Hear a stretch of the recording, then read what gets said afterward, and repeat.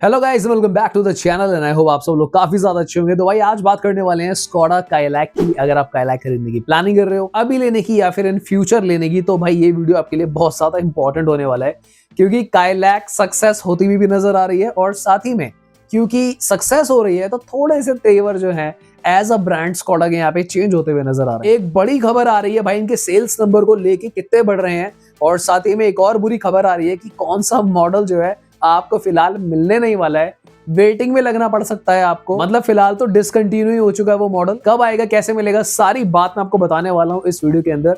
Channel पे अगर आप नए हो तो please consider subscribing. Let's go. नमस्कार, जय हिंद दोस्तों। आई होप सारे शेयर बढ़िया होंगे। ओके, तो आपको पता है रिसेंटली स्कोडा काइलैक लॉन्च हो गई है। इसने काफी सुर्खियां बटोरी थी कार ने, क्योंकि इसका जो प्राइसिंग रखा था बेस मॉडल का 7.89 लाख एक्स शोरूम से रखा था, और स्कोडा की कार इतने कम प्राइसिंग में, तो काफी हवा यहाँ पे इस ब्रांड ने बटोरी थी, इस कार ने बटोरी थी। अब जिन लोगों ने इस कार की बुकिंग कर ली है ना, 27 जनवरी से उनकी जो बुकिंग्स है उनकी डिलीवरी स्टार्ट हो रही है। और अच्छी बात यह है भाई कि ये जो कार है ना सक्सेस होती हुई नजर आ रही है। 10 से 15 दिनों के अंदर भाई इस कार को 10,000 बुकिंग मिल चुकी है भाई। अभी मजा आएगा ना भिड़ो। तो यानी कि भाई एक बात तो कंफर्म है कि स्कोडा को, फॉक्सवैगन को भाई इंडियंस ने अपना पूरा प्यार दिया है और दबा के इस कार की बुकिंग चल रही है। पर क्या इसका मतलब ये है कि अब ब्रेजा, नेक्सॉन, 3XO ये सारी कार्स बड़े खतरे में हैं? नहीं। इसके बारे में बात करेंगे, पर उससे पहले एक बुरी खबर ये भी आ रही है दोस्तों कि फिलहाल इसके बेस मॉडल की जो बुकिंग्स है वो स्कोडा एक्सेप्ट नहीं कर पाएगा, उसकी बुकिंग आप नहीं कर पाओगे। क्या बात कर रहे हैं? क्योंकि यार जो स्कोडा के ऑफिशियल्स हैं या फिर स्कोडा एज अ ऑर्गेनाइजेशन, इनके अकॉर्डिंगली जो कार का पहला लॉट है, पहला जो बैच है, उसमें 33,000 कार्स ये लोग प्रोड्यूस करेंगे।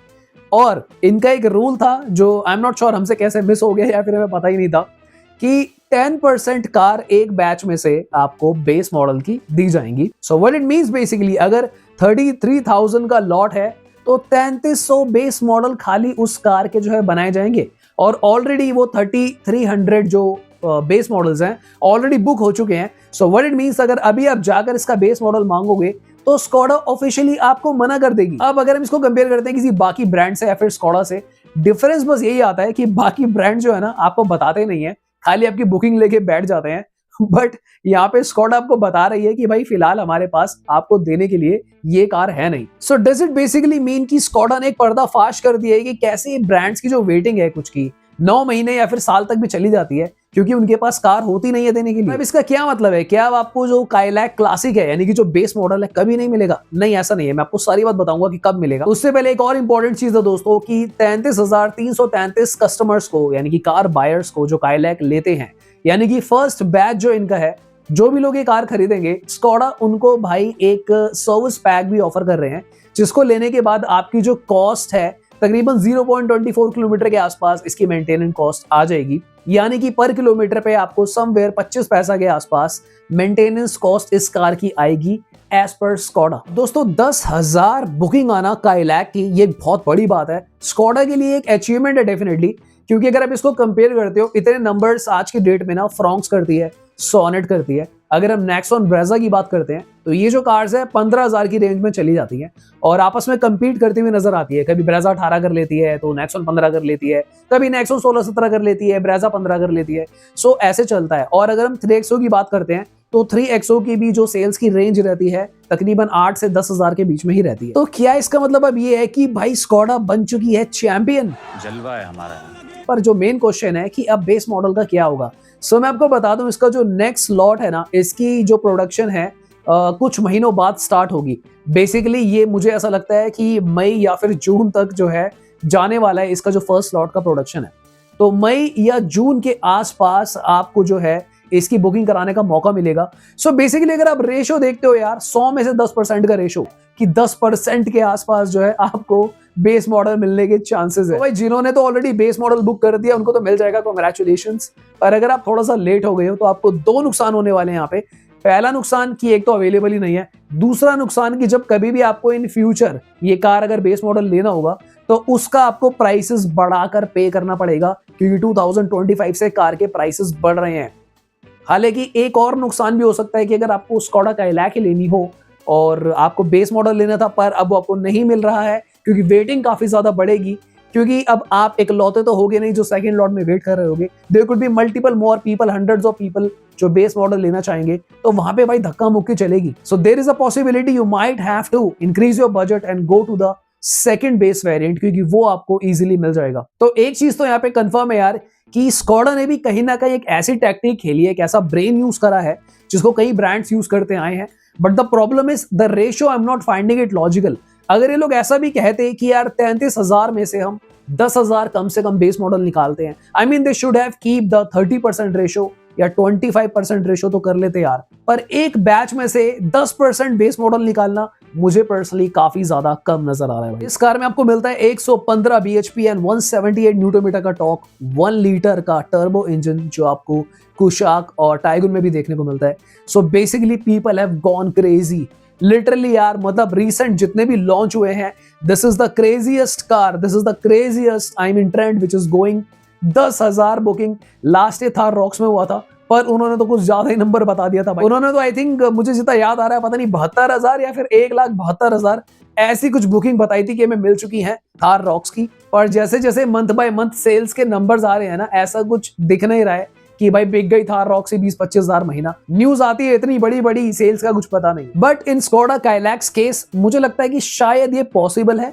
उसका रीजन ये है क्योंकि कई सारे लोग जो पोलो का वेट कर रहे थे, या फिर कोई जो फोर्ड फीगो टाइप कार चला रहा था, फ्री स्टाइलर चला रहा था, एको स्पोर्ट चला रहा था, और वो चाहते थे कि यार हमें एक ऐसी कार चाहिए जो आई मीन जो थोड़े इंडियन रूट्स से ना आती हो, बट एक amazing engine, amazing build quality में मिल जाए।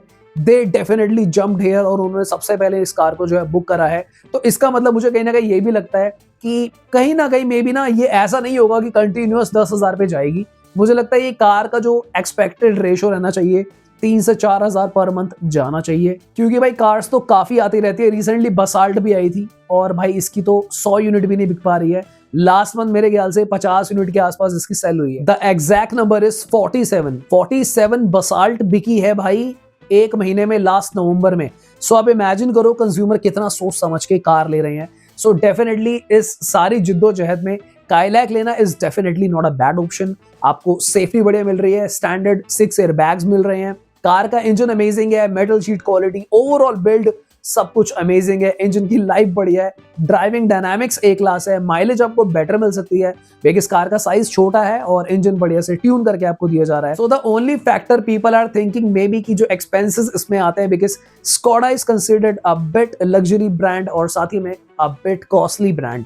तो शुरू में तो भाई स्कोडा आपकी हेल्प कर रहे हैं कि आपको सर्विस पैक दे रहे हैं इनिशियल 33,000 लोगों को, 33,333, और उसके बाद डेफिनेटली थोड़े से खर्चे आपके ज्यादा बढ़ जाते हैं इस कार में। अब इन सारी चीजों में यार प्रॉब्लम बनती भी जो मुझे सबसे ज्यादा नजर आ रही है वो आ रही है नेक्सॉन 3XO और साथ ही में जिन कार में टर्बो इंजन आते हैं, जैसे कि फॉर एग्जाम्पल सोनेट, फ्रॉन्क्स और मे बी वेन्यू, क्योंकि यहाँ पे आपको as a standard turbo engine भी मिल रहा है। क्योंकि अगर आप नोटिस करते हो ना कि सोनेट और वेन्यू और फ्रॉन्क्स इन तीनों कार्स में टर्बो के लिए आपको एक्स्ट्रा पे करना पड़ता है कंपैरेटिवली। फिर भी 3XO और नेक्सॉन में तो आपको स्टैंडर्ड ही मिल जाता है 1.2 लीटर का टर्बो। अब समझना ये है कि ये जो एक हाइप क्रिएट हुआ है, is this a temporary hype और this is something which is gonna be permanent. मेरे कहने का मतलब ये है कि 10,000 बुकिंग तो आ चुकी है, तो क्या ये 10-10 हजार ही चलने वाला है?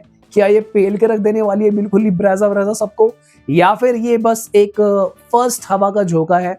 क्योंकि काफी सारे लोग वेट कर रहे थे। इनफैक्ट टू बी ऑनेस्ट एक टाइम पे मैंने भी पोलो का वेट किया था पर वो कभी नहीं आई, बट स्टिल देर आए दुरुस्त आए, अब ये ऑप्शन अवेलेबल है। हालांकि फॉक्सवैगन टैरा भी आने वाली है, अभी तक ये कंफर्म नहीं हो पा रहा है कि क्या वो इंडियन मार्केट्स के लिए भी आएगी या फिर बस वो यूरोपियन मार्केट्स के लिए बन रही है, क्या सीन है। मुझे ऐसा लगता है कि अगर स्कोडा काइलैक सक्सेस हो जाती है एज अ कार यहाँ पे, तो डेफिनेटली भाई VW भी टैरा को जंप कराएगा, लैंड करा देगा यहाँ पे। और उसके बाद अगर ये दोनों कार मिलके भी 8,000 यूनिट भी निकालती है, so definitely Volkswagen as a brand अपना सारा कर्जा चुका ही देगा। तो तुम्हें क्या लग रहा था कि भाई ये कमाने लग जाएंगे? अभी तक के ऊपर इतना कर्जा है, मैंने कुछ दिन पहले वीडियो बनाई थी, आपको याद होगा 12,000 करोड़ की पेनल्टी इन लोगों को लगी हुई है, जो टाइमली अगर पे नहीं होती है तो फिर 24,000 करोड़ बन जाएगी जो इन्हें इंडियन गवर्नमेंट को पे करना पड़ेगा। उसके बारे में अगर आपको जानना है तो मेरे चैनल पे एक और वीडियो है, उसको भी चेकआउट कर सकते हो। सो दोस्तों एक इंपॉर्टेंट इन्फॉर्मेशन भी मैं आपको देना चाहता हूँ। कुछ बहुत दिल के करीब मेरे सब्सक्राइबर्स हैं, हमारे व्यूअर्स हैं, मुझे ना कुछ कमेंट्स और मेल्स रिसेंटली आए कि भाई हम आपकी वीडियो देखते तो रहना चाहते हैं, पर प्रॉब्लम यह है कि जब हम कार खरीद लेते हैं तो उसके बाद वो कंटेंट हमें समझ नहीं आता कि हम क्यों देखें, but still we want to see you. So इसका दोस्तों मैंने एक सोल्यूशन निकाला है। मैंने रिसेंटली एक मूवी रिव्यू चैनल स्टार्ट करा है, क्योंकि हम सारे लोग मूवी देखते हैं, हम सारे लोग बहुत मेहनत करते हैं, आप, मैं और अपनी फैमिलीज को संभालते हैं। सो मूवी रिव्यूज के बारे में हम बात करने वाले हैं, तो आपको उसका लिंक जो है मेरे चैनल के डिस्क्रिप्शन में मिलेगा, इस वीडियो के डिस्क्रिप्शन में भी मिलेगा। So I welcome you to join me on my new journey. इसका मतलब ये बिल्कुल नहीं है कि हम ये चैनल को बंद कर रहे हैं, इट इज जस्ट दैट कि जो वो मूवी रिव्यू चैनल है उससे आप और मैं थोड़ा सा ज्यादा और कनेक्टेड रह सकते हैं। मैं भी थोड़ा मेंटली लेस स्ट्रेस हो पाऊंगा, मुझे अच्छा लगेगा कि हम लोग किसी और चीजों के बारे में भी बातें करेंगे, चाहे वे पुष्पा, बाहुबली, इंडियन मूवीज, किसी को नहीं छोड़ेंगे भाई, सबको रगड़ देंगे। शोले से लेके इंटरस्टेलर तक सारी बातें करने वाला हूं मैं उस चैनल पे। Upcoming movies, south Indian movies, Bollywood movies, सबको लपेट देंगे। So I welcome you to join me on that channel as well. So भाई आज के लिए इतना ही, फिर मिलते हैं किसी और दिन guys. Thank you so much for watching, bye bye, take care.